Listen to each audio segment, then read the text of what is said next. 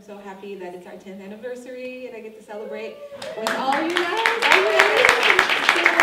I'm so excited about this panel. Every year we have a Women in Film panel. Of course, as a female that runs a film festival, I always like to highlight and put a spotlight on women and the work that they're doing and just talking about the industry. Hi, I'm Diara. I guess I'd like to think that I'm a storyteller first and not try to put myself into a different category. I mean, there's a term multi-hyphenate now that is very hot. So I guess I'm a multi-hyphenate, but I think beyond that, I'm a storyteller. So I'm an actor, I'm a writer, I'm a producer. Right now, I'm writing on a show called I'm Dying Up Here for Showtime, which is like... That is news to me. Oh, you didn't know that? Congratulations. Oh yeah, we just started. And I have a digital series that I wrote and acted in and produced for ABC Digital that is screening at 6 o'clock. Come be in community and laugh and talk about race problems. It's funny.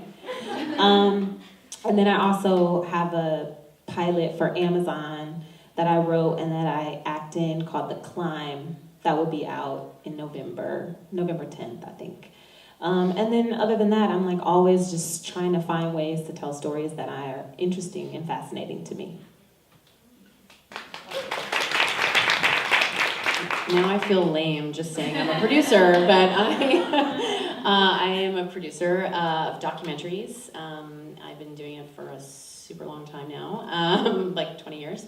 And I guess most recently I worked on a film called OJ Made in America, which is probably the thing I've worked on that the most people have ever actually seen, which has been a new, interesting experience. And yeah, so I'm fascinated I mostly work on historical documentaries, and I love working with archival material, and that's kind of my thing that got me into documentaries in the first place, was really as a researcher. So that's me, and I'm thrilled to be here. My name is Kai, and now I feel really lame going after you guys. But anyway, ladies, come on. Y'all are trying to act like you don't know what you're doing. We're all really supportive women Yes. of each other. Everything we do is By the cool. way, Caroline forgot to mention she won an Academy Award. Yeah. There we go. Yes. I'm Kai, and I'm an amazing woman. I'm a storyteller as well. I think I would classify myself that way. I've been a producer for about 20 years, and initially I started out, I'm a Brooklyn girl, grew up here. I started out doing short docs about Brooklyn with a show called Neighborhood Beat. So I got to tell stories about my hometown, all the neighborhoods, Bed-Stuy, Bushwick, Williamsburg, which has changed a lot. And I've been at Brick for about, 14 years now. And in that role, I've evolved from writer, producer, editor to executive producer. Like now we're doing a lot of scripted series, which is really exciting. We've been doing that for the last, 4 seasons now. The show about the show with Kaveh Zahidi, which has done pretty well. We're in our 2nd season of Brooklynification. So it's been really exciting working with local filmmakers to create scripted content. We do at least 150 short docs a year at Brick. So it's been a fun, busy, challenging time. But yeah, that kind of sums it up. Now you can see why we were so excited to invite them to be on the panel, especially at the 10th anniversary. And I just think that it's kind of interesting starting out the panel. And you guys are all very modest, right? And that's something that they talk about. Most of the panelists are here. And that's something you hear a lot when you hear about women in the industry and how we sort of make ourselves a little smaller, and in comparison to like Hollywood men and things like that. What's your experience with that? Have you ever walked into a room and not felt like being able to own your experience and pretty much like brag about it, Yes. In the interest of pure honesty, I have. And it's interesting, I still haven't quite figured out, and I don't think we've all kind of figured out what that's about, you know? You know, there's this kind of rubric you grow up with that, you know, be the good girl, you know what I mean? But, you know, there are times when it's like, I mean, we've all had those moments when we look in the mirror and we go, yeah, I'm kind of a badass, right? I did some stuff, you know what I mean? And to be able to take that and own it and carry it around all the time is a goal. Yeah. Because Kai, when I first met you, Kai is one of the women that gave me the opportunity to have a show at Brick TV. And, you know, Kai walks down, like, like, easy, and she has all these shows and people that you manage and produce, and sometimes I'm like, oh, wow, she's doing so much, and then, like, you have the attitude of being so modest. Is that something that, like, do you think it helps your career, or do you think it's something that you have to fight against? I find it a challenge. I think if I could embody the badass Kai more often, I think I would do better. Yeah. I would be further along. And so it's something I think I constantly work on. Mm-hmm. Do you know what I mean? Yeah. But yeah, I mean, it's also about being authentic Yeah. and being true to yourself. Exactly. Yeah. And so that's not really my personality anyway. You know what I mean? To be like, Yeah. which is fine. And then everybody wears it differently. You know what I mean? I think it's about finding your voice through your authenticity, you know, and who that is. One thing I was going to say is obviously this week is an interesting week to be talking about this, given all of the sort of horrifying stories that have been coming out all week, specifically about Harvey Weinstein, but just the culture in general. And I would say for me, it's been an interesting year, given the success of the OJ documentary and awards and things. I do feel a shift in terms of meetings I walk into, or access that I have in a different way, or, you know, feeling like you can say no and not burn a bridge with somebody, or that you can create boundaries for yourself in a way that, because of this, like, stupid, you know, I mean, not that it's stupid, it's an amazing award, I feel very grateful, but, like, you know, it's just this thing suddenly, like, gives you this different kind of access, and it's kind of weird and interesting. So trying to, like, figure out how to sort of, I guess, use that in a way that feels helpful is something I'm still trying to navigate. But it is an industry that's sort of based on that stuff, and you realize that all those times in the past when I was like, oh no, it's fine, I don't need to get that credit, it's fine, I did all the work, but it's fine, you have the credit, you know, like, I'm not gonna, like, complain about the fact that I'm getting, you know, like, all those things that I did for a long time, or maybe situations I held myself back from because I didn't feel like I had enough experience, and I didn't want to fake my way through something. I was like, no, I'm not ready to be a producer. I'm going to stay in AP for another 2 years. Or I'm going to stay, you know. I definitely did a lot of that. So now it is interesting to sort of feel like you have this ability to be like, no, that's not going to work for me. So I'm going to go do that to somebody else. And people are like, oh, no, wait, let's talk, you know. So that's been an interesting new energy to kind of experience. I feel like I have to modulate it, because this industry is so collaborative that sometimes you can't come in as a woman and be like, I think this is whatever. My husband and I were just talking about this. Sometimes when you come in to collaborate, you're always like,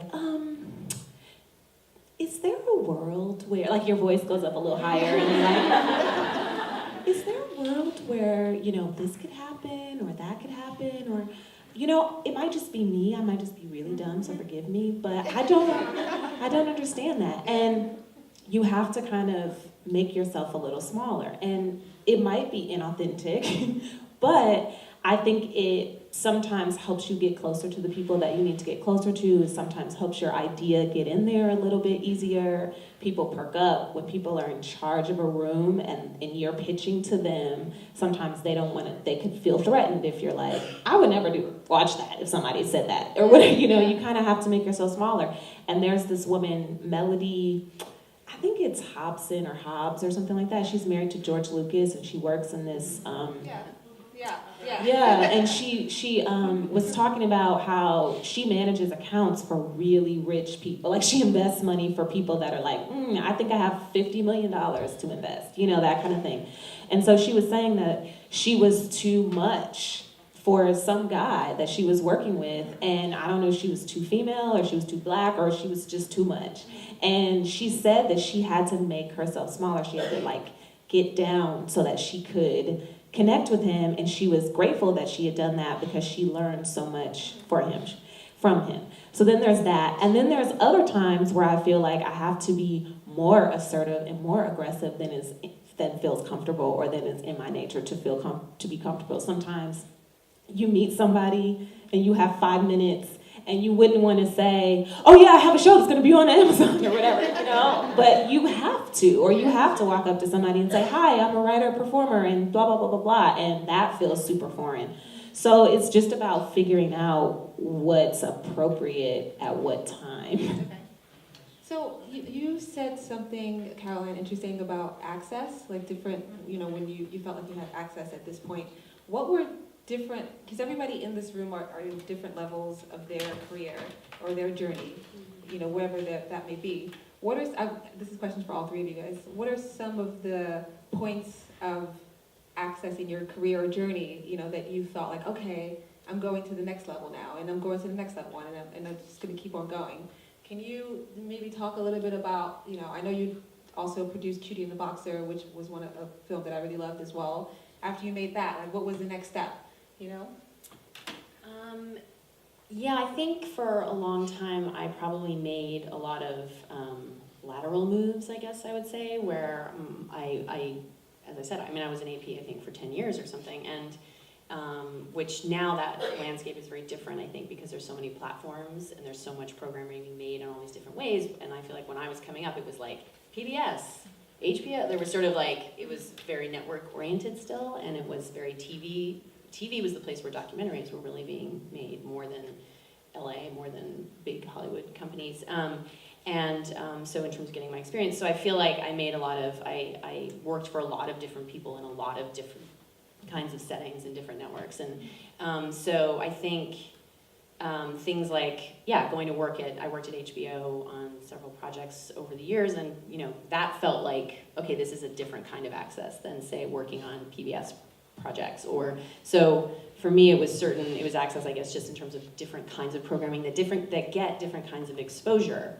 And so when you say, oh, I worked on this film, whatever, like, people maybe have heard of it, or they saw advertising for it, and so it's kind of in the cultural conversation in a bigger way. And so, Cutie and the Boxer I was a co-producer on that, and Ezra Edelman, who directed the OJ documentary, he was a co-producer also, and the director was someone we had worked with at HBO. All three of us had worked together there, and that film took a journey. Much like the OJ film, like, it just ended up taking a journey that we never in a million years expected, which is that I got nominated for an Oscar, and that was like completely sort of shocking. But again, that felt like, okay, again, you're just in.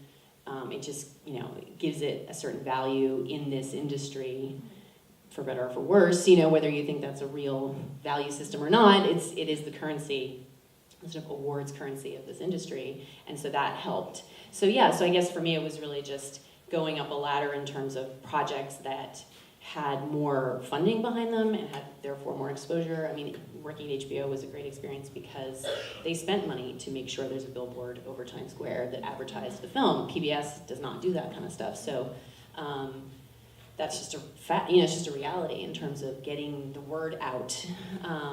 So for me, I guess it was choosing projects that were sort of different levels of exposure, that were kind of in the cultural conversation more, and that I found to be very helpful for me when people look at your credit list and they go, oh yeah, I've heard of that, oh yeah, I saw that, all right, and that, so I spent a lot of time trying to build a credit list that had things on it that people knew about. And Kai, can you tell us a little bit about your journey in your career and your work at Brick? Yeah, I have an interesting journey, I think, which is, I didn't take the commercial route. Was that conscious decision? I was originally a theater major.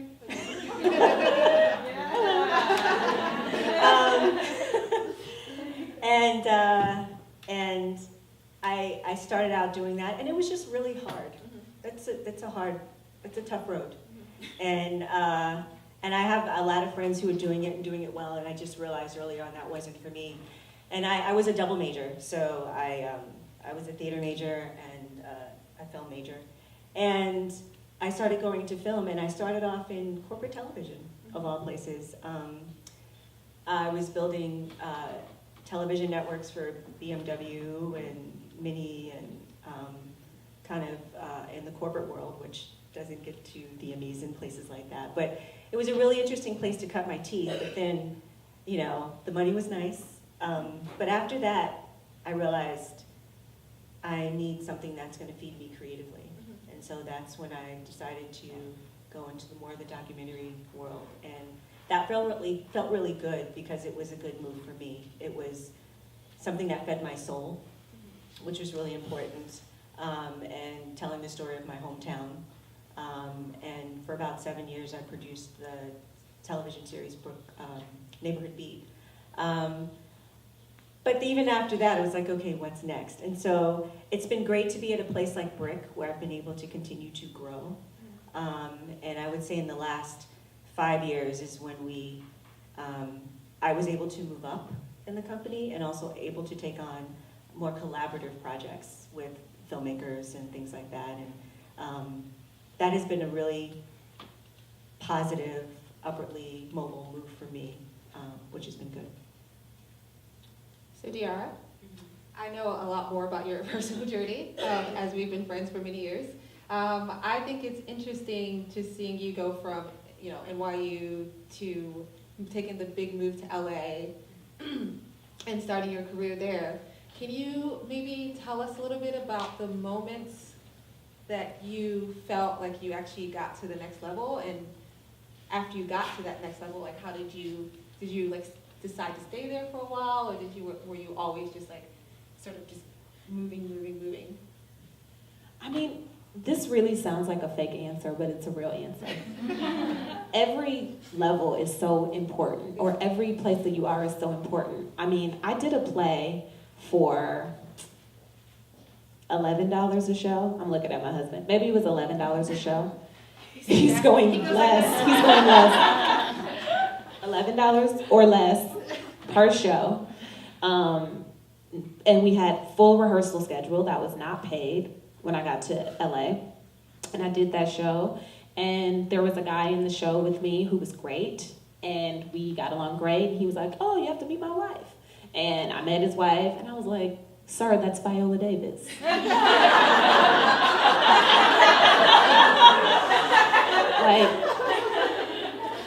And then, you know, time went along, and I did many more plays for very little money. And when I made my web series, I sent it to everyone that I had ever met, including Julius. And we had like 150 views on YouTube. And we get a call from Julius and Viola, like, how can we be a part of this? This is amazing. And so Viola Davis EPs my digital series and is a huge supporter of me. And, you know, like her agent came to my thing and was like, you're hilarious. And like, you know, came into a meeting and like said really nice things. Like, it's like, I never could have known that working on that show for $11, or $9.50 after snacks, would have mattered. And if I went back through every single play that I did, you know, I either met someone who introduced me to my commercial agent, who, like, I remember doing a reading one time in a basement, and the woman there was like, how come you don't do commercials? And I was like, because my agents don't send me out. And she was like, I'm gonna take care of that. And she made her agency take me. And even in years where it was lean for like legit acting work, I would have a national commercial, and that would, you know, help me live, you know. So it's like everything really matters. And the people who you come up with really matter. And they're the people that I went to and was like, be in my digital series, you know. So it's like everything matters. But for sure, there's been years where I have had health insurance and years where I have not, you know. And so I don't know what's the question? I think you answered it pretty well. Everything matters. So at different stages, okay, let's talk a little bit about bringing other women up, right? And how you help other women get on that list, or, you know, maybe counsel them. Is there a point in your life when you consciously embrace that as a part of what you do on a day-to-day, you know, in your career? I mean, I want to, like, that's one thing that has changed. Like, I love acting, and I always want to make work and make opportunities for me to perform, but I do get a lot of joy from being like, that's a good-ass actor.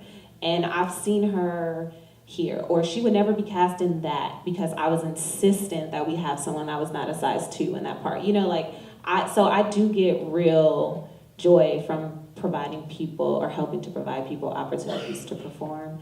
And that has felt like it's part of my mission or whatever, because it makes me feel really good when I see my friends, and men and women, you know, who just have a hard time, and I'm like Brian, who's an American Coco, he never acted on camera before, and he kills it in American Coco. So I do like helping other women and just other people.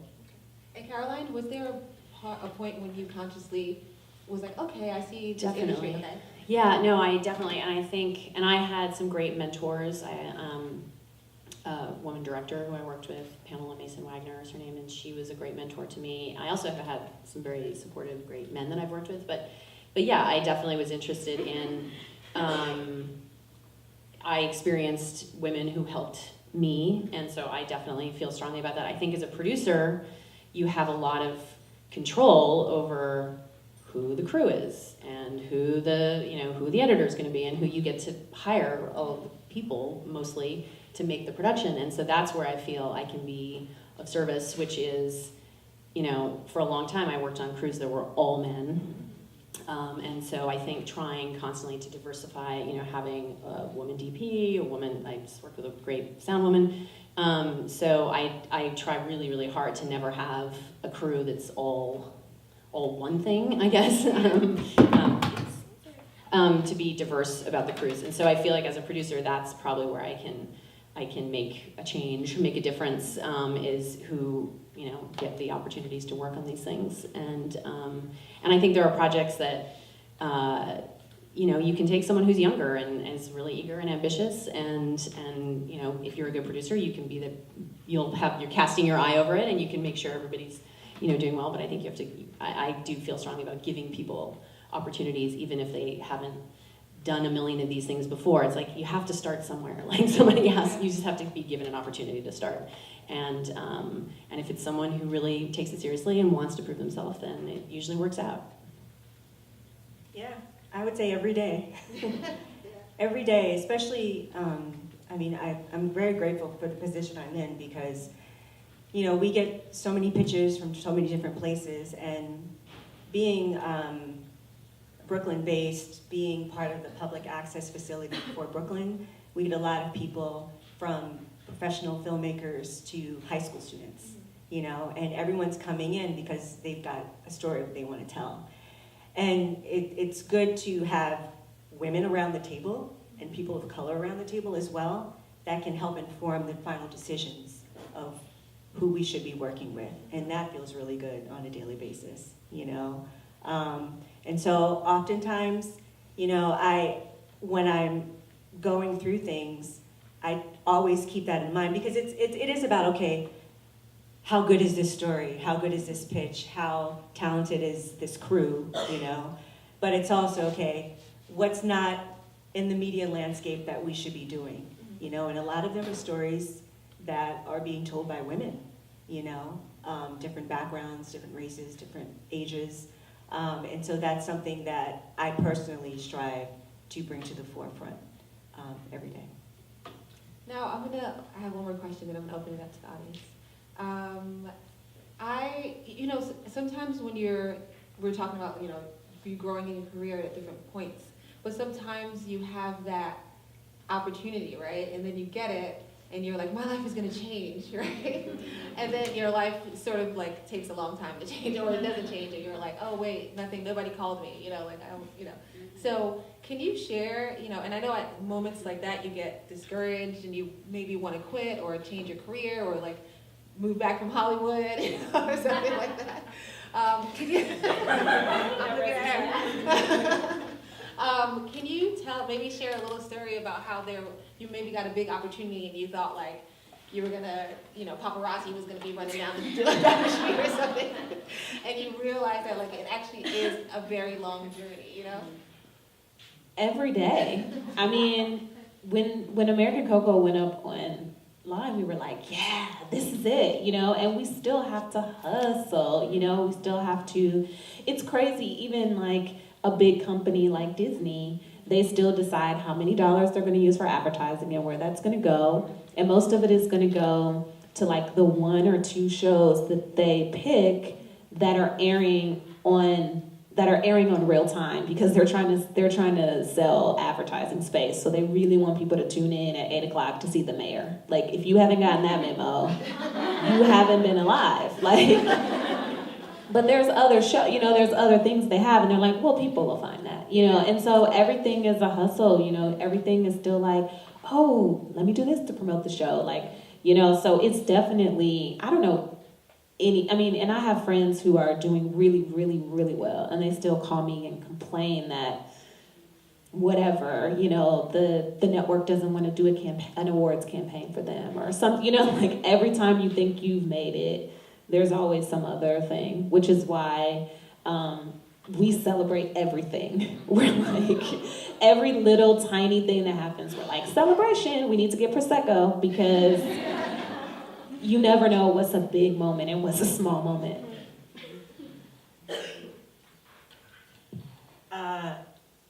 Yeah, what was the question? The question was there a moment, or can you share some moments in your life when you got something really amazing or something big and you thought like, you made it, your life was gonna change and like all this was gonna be different, but you realized that it was just another step on the road, I don't know if I've ever had that moment because it always feels like it's another step. Yeah. Do you know what I mean? Yeah. Like, that sounds like a lame answer, but yeah, I want to think about that one a little bit. We'll come back to me. Okay. Well, I mean, I would say, like what I was saying earlier, is like, okay, post getting an Oscar, like, I get the meetings, but I don't like walk out with a blank check every time. Like, I don't, I'm still hustling like crazy trying to make, and to make films, and I can sort of talk my way in faster, but it doesn't mean that like it happens, it still has to be an awesome idea and it has to fit the moment, and it has to, and it's still like, do you have a relationship with this executive producer, whatever it is, like it's still a hustle, for sure. But what I was gonna say is, for me, one thing that was a weird life moment more than a kind of career opportunity, but and I'm sure there are people here who have, at some point in your life you have a caregiving duty that you have to answer, which is maybe children. In my case, it was parents, my mom, and so that was a moment that, in retrospect now, was such. I value it so much, and it actually helped me in all these interesting ways. But at the time, I was like, I had to take 7 months. Like I had to go be at my mom's house for 7 months, and she was sick, and my dad passed away. And I was sitting there writing grants, actually, in the kitchen for QB and the Boxer, like doing grant proposals, and I was just like, my career's over. Like, I've had to leave New York. What's interesting about it is that I had to like really take over dealing with all my family's like finances, and like had to figure out how to like deal with all this stuff. And right after that whole experience, I did sort of I did manage to get it all back on track, but it was like a good year and a half that I was just sort of like out of the biz and just not in Brooklyn, not in New York, and not like feeling like I was making progress. And then I really started line producing, and I became much more confident with money. And I do think that money and sort of knowing how much something's gonna cost, knowing when you're pitching a film, like this is a $2 million film, this isn't, whatever it is, like really feeling confident around money was a big difference for me. And it really changed a lot, I think, about becoming a producer for me. And so that is a moment that I look back on, and at the time I just was freaking out, like that whatever momentum I had built and relationships I had built were gonna be ruined. And in the end, it was like going to business school or something. Like it was kind of like a big life experience that in the end I think served me really well, but at the time I thought was just gonna be a disaster. All right, I have one more question, I promise. And then I'm gonna give it to the audience. So, the industry is tough, right? Entertainment it's like a really tough industry. And we talked about moments where you thought you were getting somewhere, and then you have to take a step back and reevaluate everything. Can you tell us, like, what got you over that hump? What kept you going? You know, like, what inspired you to just keep like trucking and you know, having women like myself look at you and say, like, wow, you know, they really are inspiring women in the industry doing amazing work that, you know, that's powerful. So what gets you to the next step? I have no other skills. Like, I have literally ugly cried and been like, this is not for me, this is horrible, I'm going to law school. And then I'm like, that's super fucking hard. Like, I don't think I could do anything else. So it's really just, I have no other choice at the end of the day. Yeah. Well, I think, I mean, going back to your storytelling, talking about being a storyteller, I think you end up just like reading a book and being like, this has to be made, or reading the newspaper and being like, oh my God, nobody knows about this, like, or some piece of history that has come to light that corrects the whole narrative, like, that needs to be shared. So I think it's just, yeah, it's just constantly sort of learning, reading, meeting people, just being out in the world and sort of feeling like there's just all this stuff that needs to be told and needs to be retold, and for a new generation or whatever it may be. So for me, it's always just usually picking up, either taking a trip or going somewhere, learning something, reading a book, you know, something that just like opens a new channel in your brain that sort of gets me excited again, and not necessarily caring what my role on it is, but like the seed needs to be planted somewhere, and I want to help do that. Yeah, I feel like those nuggets of inspiration are really, really helpful.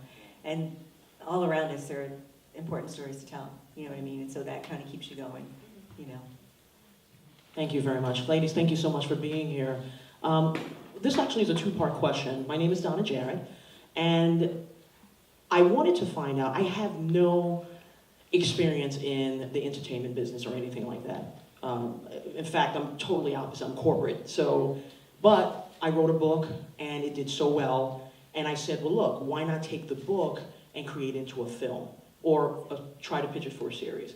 But it's so hard, because how do you take this, protect it, and get the production crew and get this all done?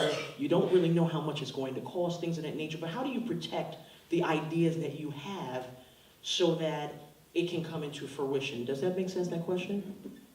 In terms of how to take material that you own and created and see it be adapted into something, or optioned, or That is correct. I mean, I'm trying to figure this out myself too. I'm in the middle of optioning a book, which I've never done before, and I mean, I think you do on a very practical level. There's just, you know, there are literary agents. There are, you know, I mean, certainly in entertainment, people have. I'm sure you have an agent, right? So you can, you know, sometimes an agent to sort of broker this for you can be helpful, but it has to be someone you trust and have a relationship with. There are production companies that have agents also, which is another way to do it. Or if you have, you know, it's going to be a little bit of research, I think, in terms of like, what is something that I don't know what the subject matter of your book is, but is there a documentary or a web series or something that's out in the world that you really like and really admire and think is the vibe and the style, you know, of what you want yours to be, and figure out what's the production company that made it. Send it. I mean, literally, you can just send emails to anybody now. You know, I mean, I've lost all inhibition about just like picking up phones and being like, I read this article about you today, and I want to option your life rights. Like, how does that, you know? And that's sort of how you have to do it. And you just have to like put stakes in the ground everywhere so that people know you're the person who's trying to do that.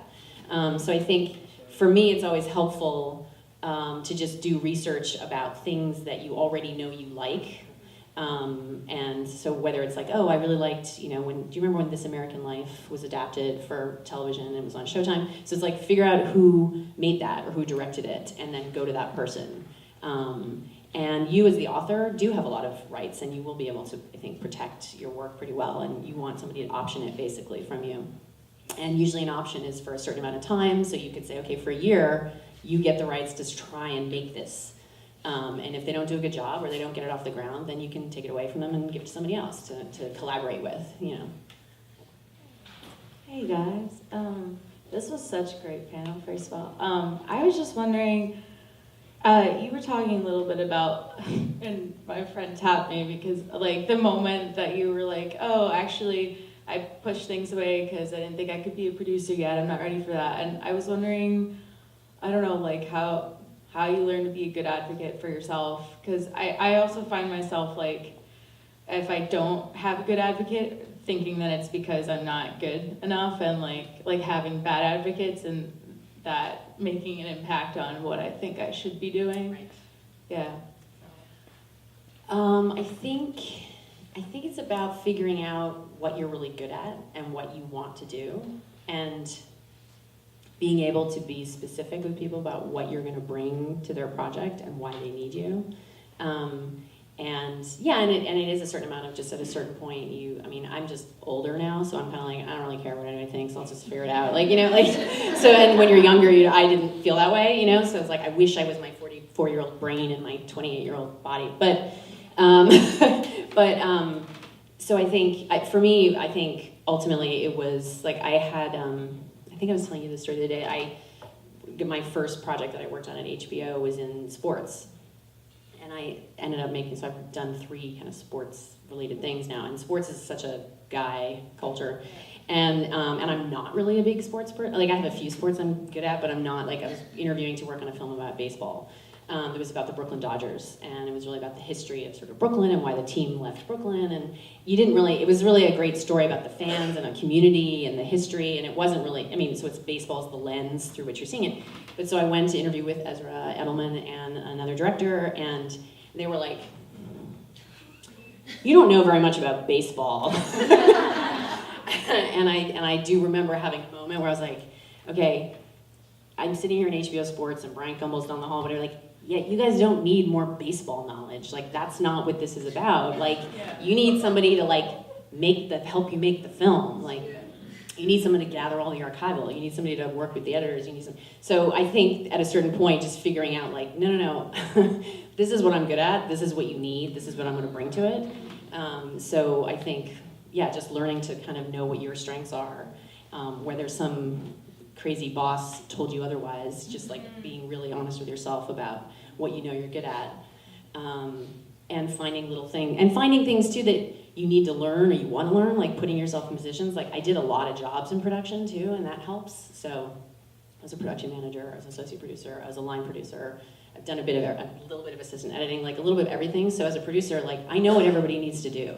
Like, I know what everybody's job is, and so I know, like, don't tell me that's not going to take that long. I know it's going to take, so it's like, I know how long it takes to render, like, thanks, like, so for me, it was just about gathering as much knowledge in all these different areas so that I could feel like I knew what I was talking about. Is that a helpful question? Thank you. Thank you for being here. My name is Monica Grant with Young Boss Media. My background is social justice, and I use media and film to tell stories. For you, in those 7 months that you were writing grants, can you talk more about what you really learned about the money side? Because when I'm pitching, I want to make sure that I'm not lowballing myself. And so that's always a big concern. Like, what's the real bottom dollar, and what can I ask for? And just things that you learned in those 7 months I'm interested in. You've probably done grant stuff as well, so I'm sure you guys have other, I can speak to my experiences, but I think, look, with a documentary, you never really know. Like, there's, you always, there are just going to be things that happen that you didn't foresee, and so I always believe in building some contingency into everything. And I think it's always a combination of like, what realistically is someone going to pay for this? It's like, yeah, I'd like $2 million, but I could make it for 800,000, or I could make it for 500 or two, I think, have you done it? Really, it's get somebody who knows budgets well. Get a good line producer to help figure that out, because there are going to be, depending on what you're doing. Like, I'm working on a documentary right now, or trying to get it made, that is going to have dramatizations in it, because there isn't a lot of archival to represent this person's life. So, like, dramatizations automatically add like a lot of money to a budget. So there's just some basic elements that, depending on what you're doing, are just going to be baked into the cost.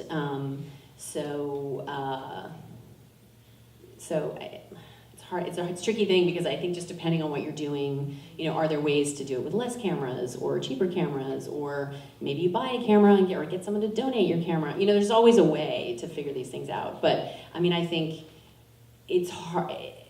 There are certain amounts of money that it's just, you don't want to set yourself up for failure, you know, in the sense that like it's just not realistic.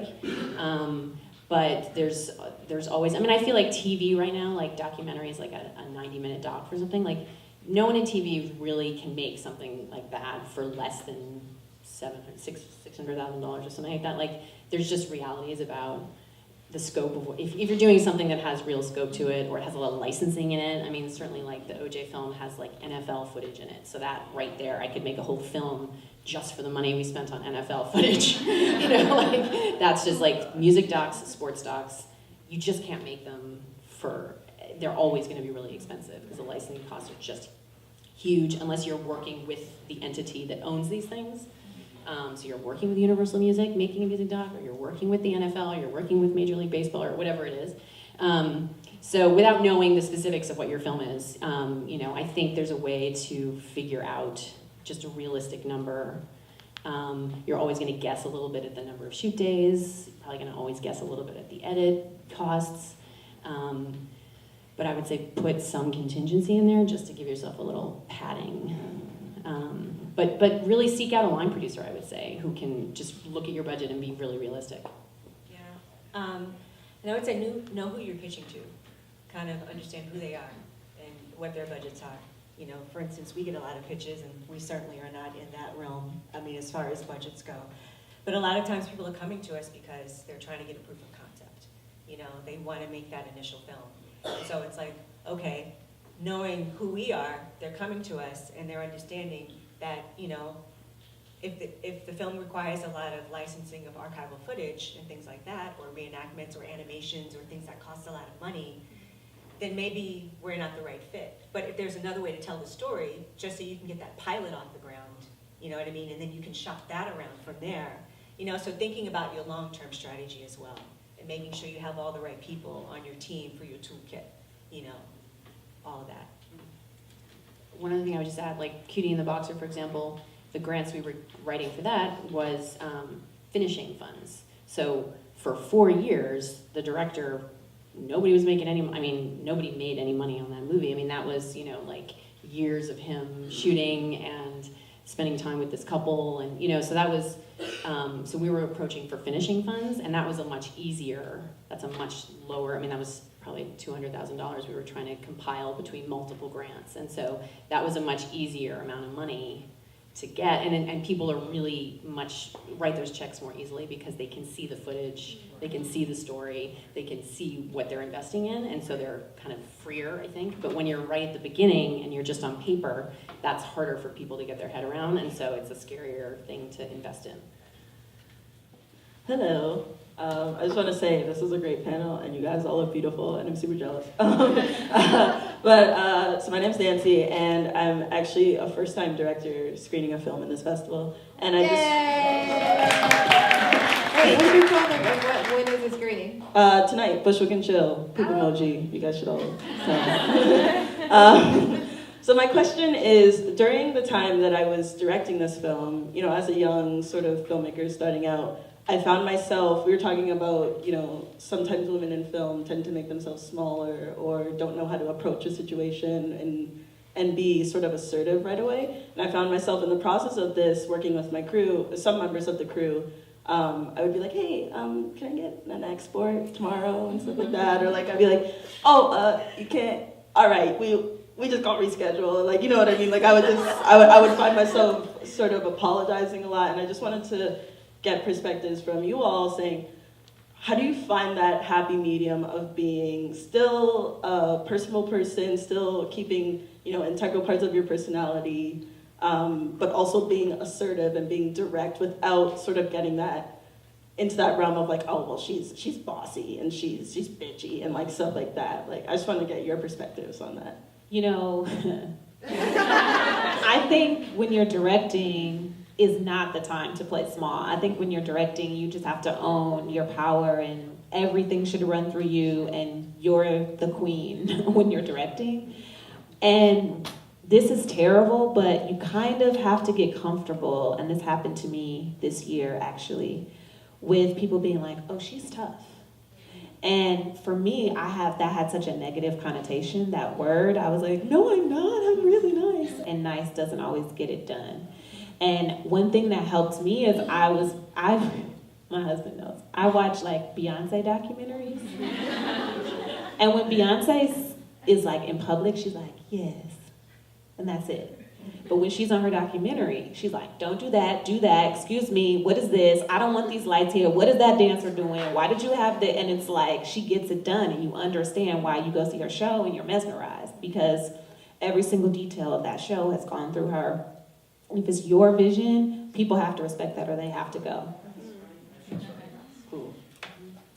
I'm also a believer in, like, when somebody, sometimes there's like one person who's just got a bad vibe, like on a crew or something, and I'm like, you know what? Don't come back tomorrow. Like, you gotta get rid of, no, really, I think you have, when somebody's like not with the program or respecting the director or whoever it is, like, you have to be like, I'm sorry, you're just not this is not a helpful energy to add to this. So like, I think you have to, like, if there's someone one person is giving you, I don't know, if there's just something that's like killing the vibe, like, you gotta like fix it right away, Some people say you should fire somebody after the first day no matter what.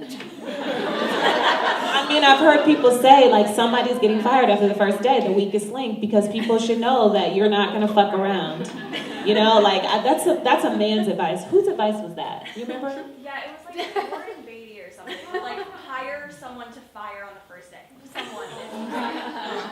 I don't look for somebody anyway, but I'm just like, but like, If you know, have like 500 employees, maybe. but like one time I was on something with a host, and like the teleprompter was just like, this sucks and this is boring and I was like, dude, this is not helpful. Like, you need to go. Like, you know, you just want people who are like excited to be there and want the opportunity and want to help you execute your vision, to your point, and don't be afraid to sort of be like, yeah, this isn't working out. Thanks.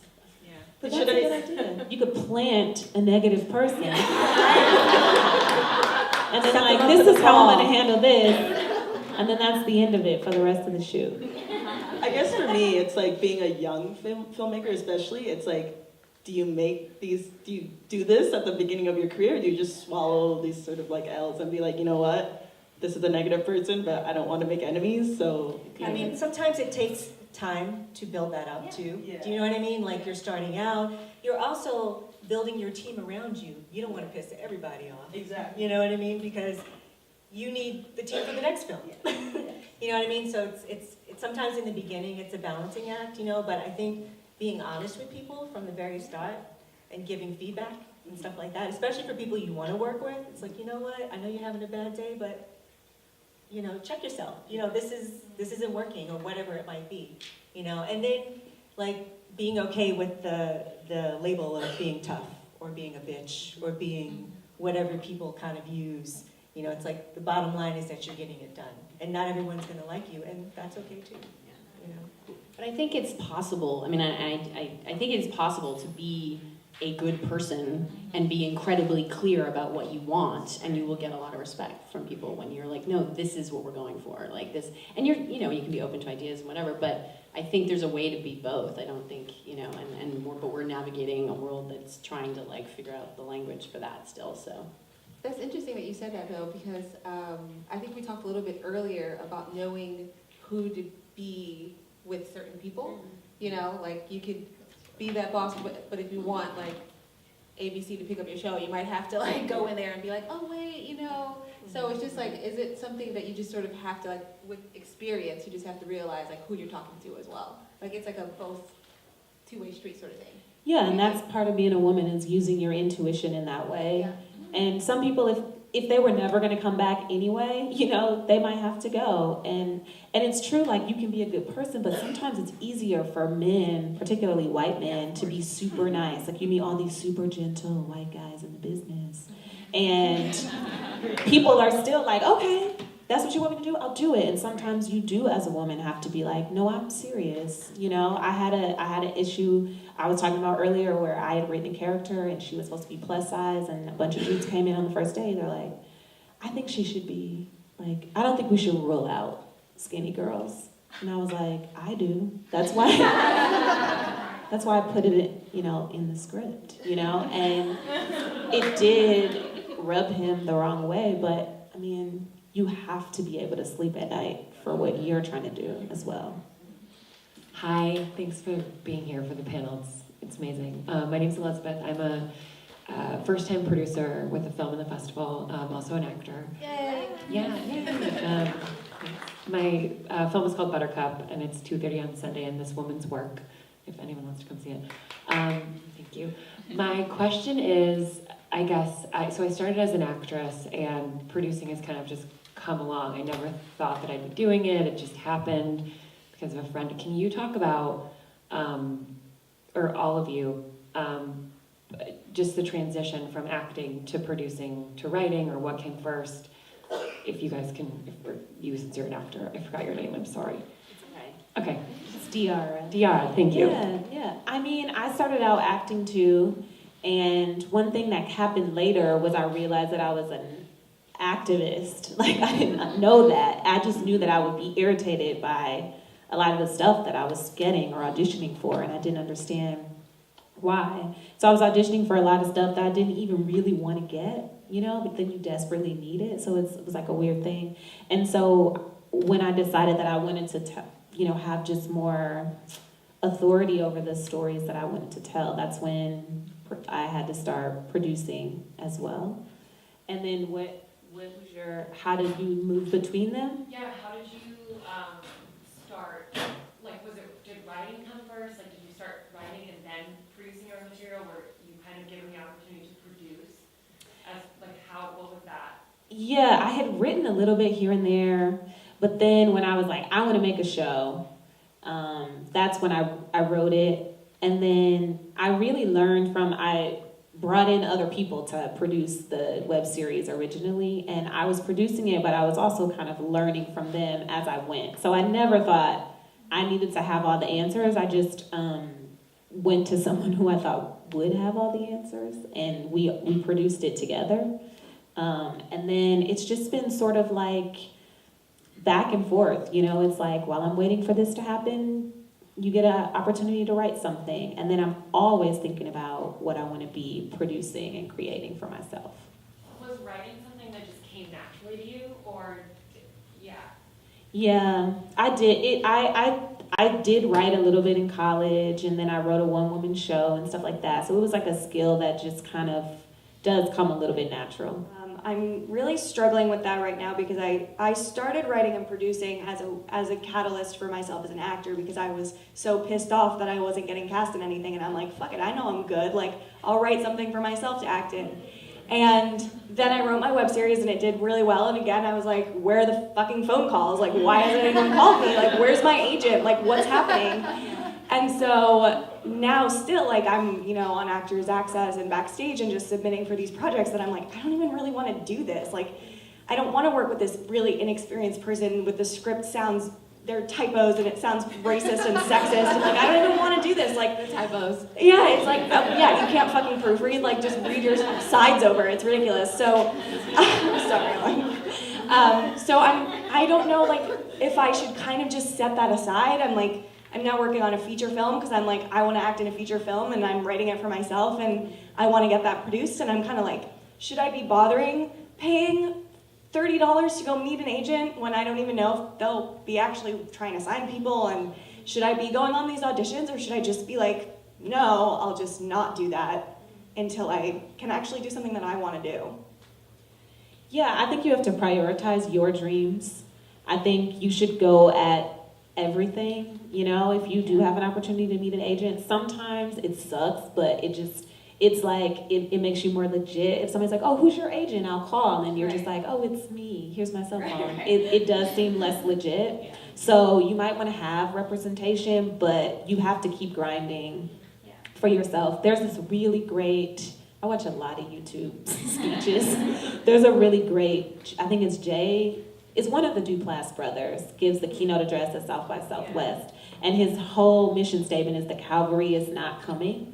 And it's about how he made like 100 movies or something, and he kept at every turn feeling like, oh, this is when CAA comes and saves my life or whatever, and then you get signed to CAA and you're still grinding, you know what I mean? So it's like the cavalry is not coming, and I think you have to work under that idea until they do show up and you do get your Oscar, and then the cavalry is still not coming, you know what I mean? So that's kind of my motto, even though I hate it, but I just keep that in the back of my mind always.